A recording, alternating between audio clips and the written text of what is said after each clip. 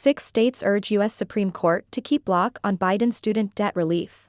6 states on Wednesday asked the U.S. Supreme Court to reject President Joe Biden's bid to reinstate his plan to cancel billions of dollars in student debt that they have argued exceeded his administration's authority. The states, Arkansas, Iowa, Kansas, Missouri, Nebraska, and South Carolina, filed a response to the Biden administration's request for the justices to lift a lower court's injunction halting the program, while litigation over its legality continues. 5 of the 6 states are Republican-governed while the other, Kansas, has a Republican attorney general. In their filing, the states said Biden's administration is trying to assert power far beyond anything Congress could have conceived. The administration has said the November 14 decision to block the plan leaves millions of economically vulnerable borrowers in limbo. The administration also is contesting a November 10 ruling by a federal judge in Texas who found the program unlawful.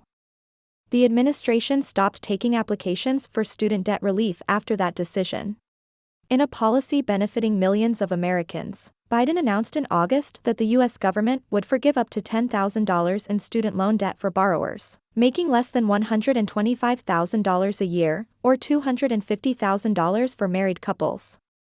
Students who received Pell Grants to benefit lower-income college students will have up to $20,000 of their debt canceled.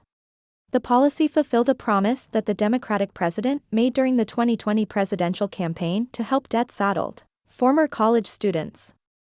The Congressional Budget Office in September calculated that the debt forgiveness would cost the government about $400 billion. The states challenging the policy argued in their lawsuit that the debt cancellation plan intruded upon congressional authority and threatened future state revenues and money earned by state entities that invest in or service student loans.